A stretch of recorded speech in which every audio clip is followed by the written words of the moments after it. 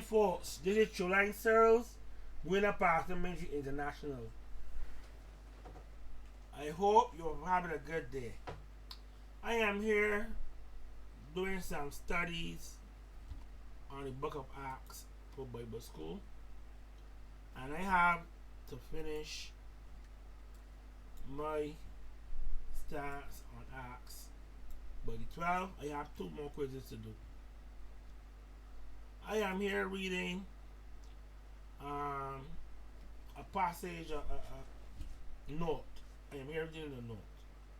And I'm having an issue with statements being made by the lecturer in the notes that make me do this quick video to share with you. And in this video, I am going to be looking at Genesis chapter 12 to Genesis chapter 17, somewhere around there. And let me give you an idea of what he's saying. And a lot of pastors that be here, probably some that listen down to this broadcast, do the same nonsense. Say the same nonsense. I am not anymore going to say to you, Kadir, I can tell you where you say nonsense. Everybody keep giving the impression poor old Abraham just packed his belongings from 2 or 3 donkeys, or donkey and a cart. His father Terah had a donkey and a cart and Lot, and then just let the early Chaldees to go to fight Canaan. And my biggest problem is a lot of pastors, when they read the passages, don't use these. Or these with the help of these and read it word for word. They remember a sweet sermon that they like, and the crap that the preacher said. Mind you, we got a problem with people saying what they're hearing and don't check it out.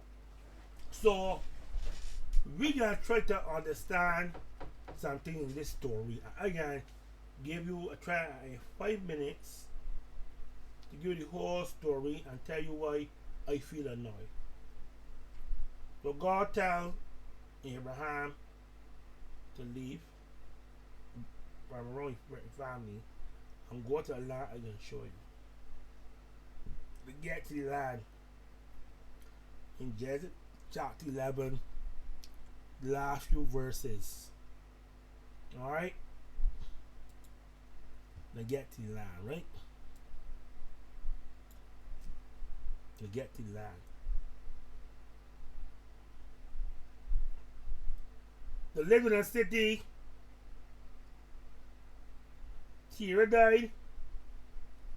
Terah is buried. God speak to Abraham in his ear, or Abraham, we won't call him. Abraham started to move again.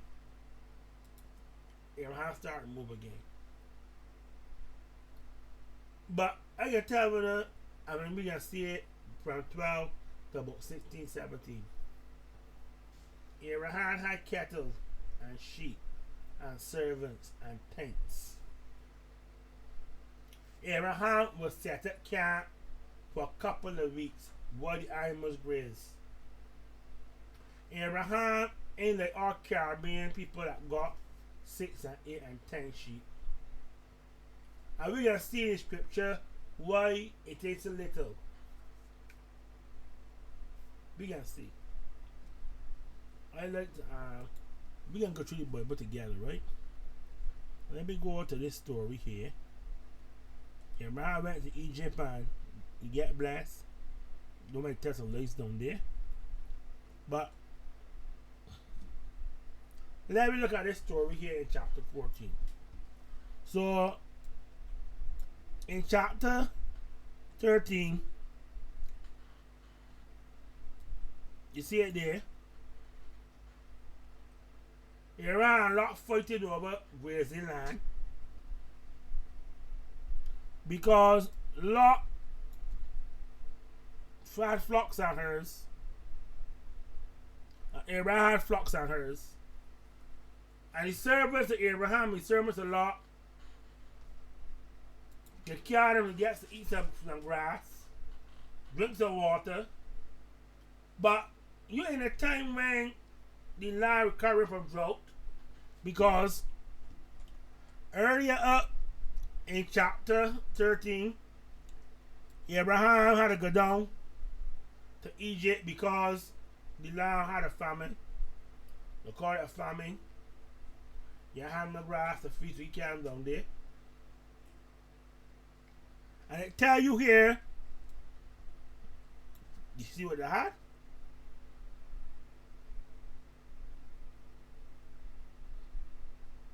Came out. They had no Egypt. Come out. Sorry. They went no Egypt, it tell you come out. So 12 tell them what happened in Egypt. Come up with these flocks and these animals. Alright, let me go to chapter 14 now. These three kings, this is the song. This is the monkey foolish Christmas song. These three kings get together and come for Arafa, Aripra, or whatever, Shanair, Elisar, and there's 5 kings here. One here. One king. 2 kings. 4 kings. They went to war with the king of Sodom, the king of Gomorrah, and overtake them. And also take up Lot. Let me watch this thing carefully.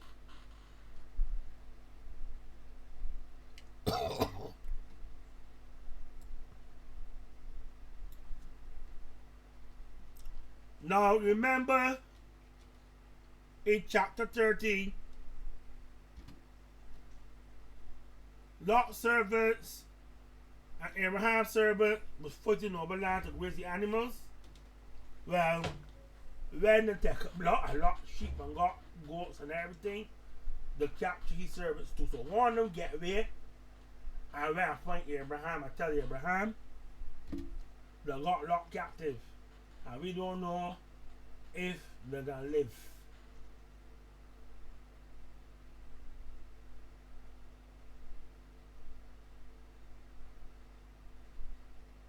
Right?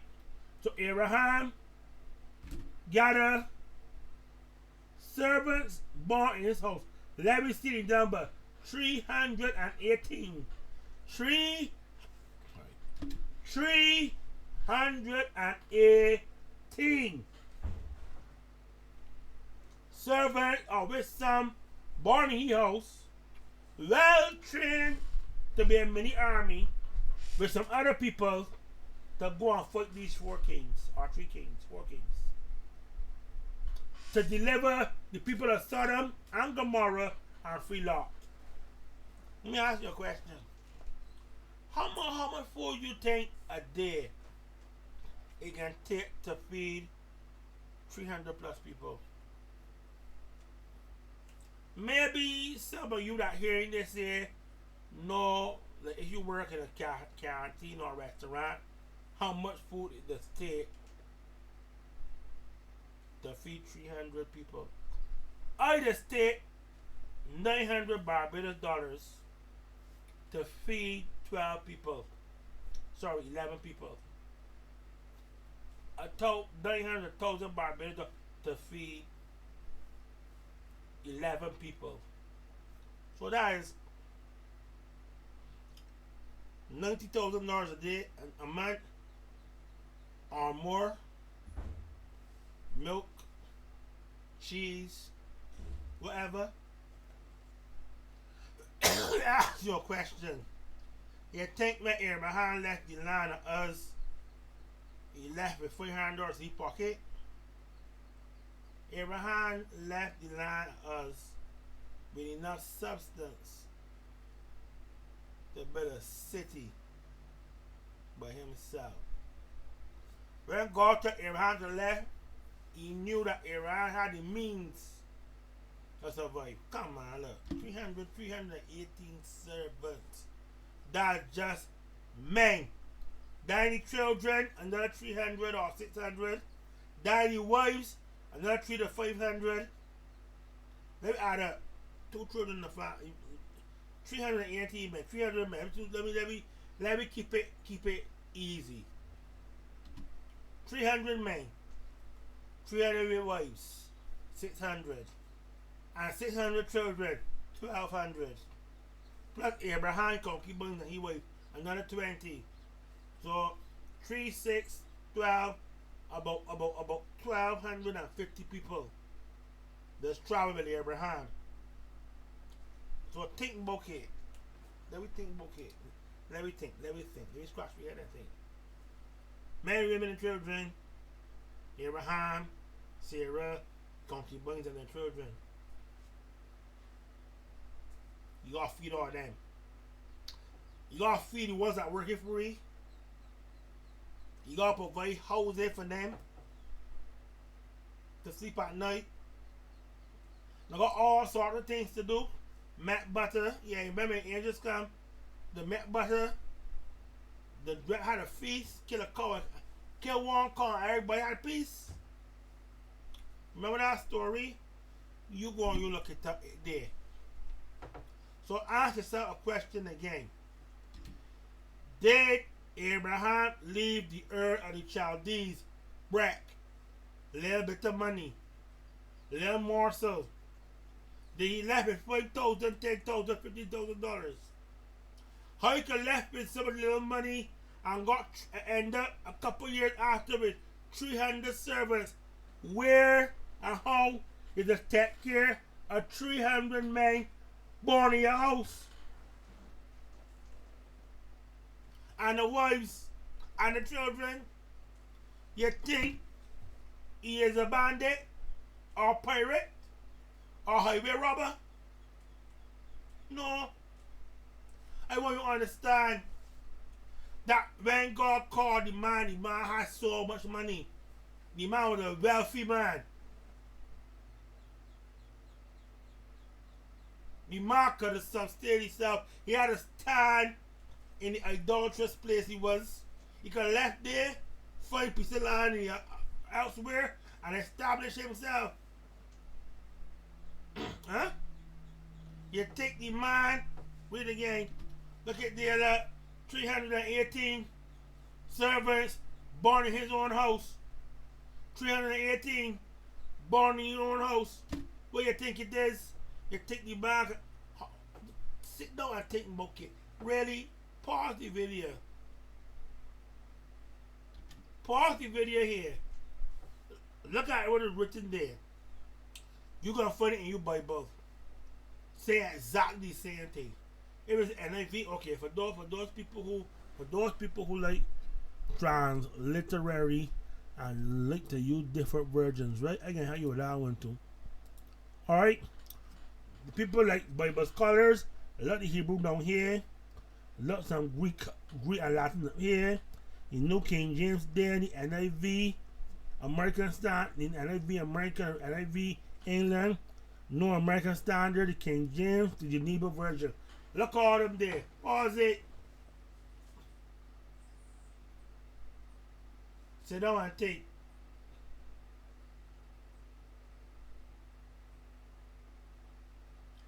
$318 trained men born in his house.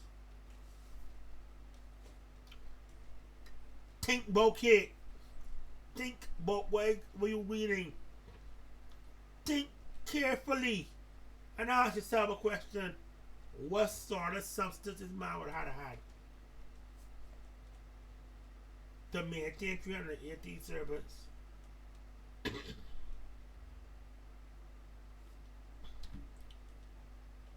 It's not that the man in the article ain't got good intentions. is that a lot of rubbish and nonsense. It gotta stop. I tell somebody free range chickens, as it's called in America or in Barbados, and need a yard fowl. You can't catch it so you cage it like the broilers that we accustomed getting in the supermarket. So how you gonna catch a yard fowl? You take a piece of straight in a loose, like when you put somebody net in a rope, and you cover it with sand, and you put a little heap of chicken food with feed chicken in there, but you bring a whole trail to the trap. Satan is going to use little things like these to lead you to a trap, to lead you into something that you're going to get so entangling that it's going to be hard for you to get out, by letting you see and perceive it the wrong way, or do it sound right.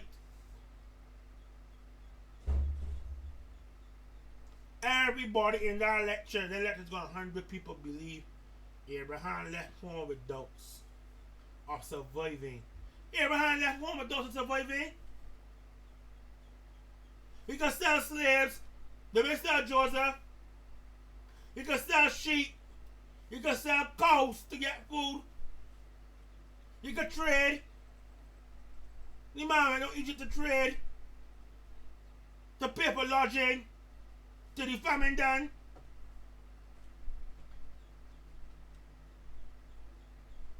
And you get blessed with more. That's sort of man you got in Abraham. We gotta get right now. My son Abraham. My son named Abraham, Ezekiel, Elijah Searles. That's my son. Not my Abraham. I ain't Tira. I never worship idols. But I can leave something with him like David left for Solomon. And he is going to establish a work. God will use him. I decree and declare that on my son's life. But I tell you, you can't. I mean, good God, man. 318 trained servants, man. 380, 300. A church down in Barbados, a church will got 100 people in it and a member. A good church. My church got about 80, 100. So you know what 500 people look like. And you gotta feed 500 people every day.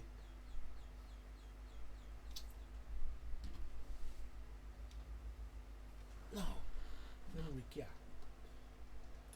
When Abraham left the early town, he then left a suitcase of clothes and $500 on the bank, and then knowing next meal will come from. Abraham left a multi-millionaire or billionaire. He had about 300. We had about 300 servants, about 300 to 400 servants. And he back and call. He could take 300 plus. I probably had more than 300. He take 318 men. He trained to be an army to defend the clan. And went and free lot from 3 kings. With some help from other people. With some help from other people, yes. With some help from other people. Read the story. But the point in my fact is, you think that July 11, where he five step, children, 4 step, 3 step, children, my son, my 5 grandchildren, and my wife, I could take up all the me and Abraham and my stepson Jeremy to go and fight a king army.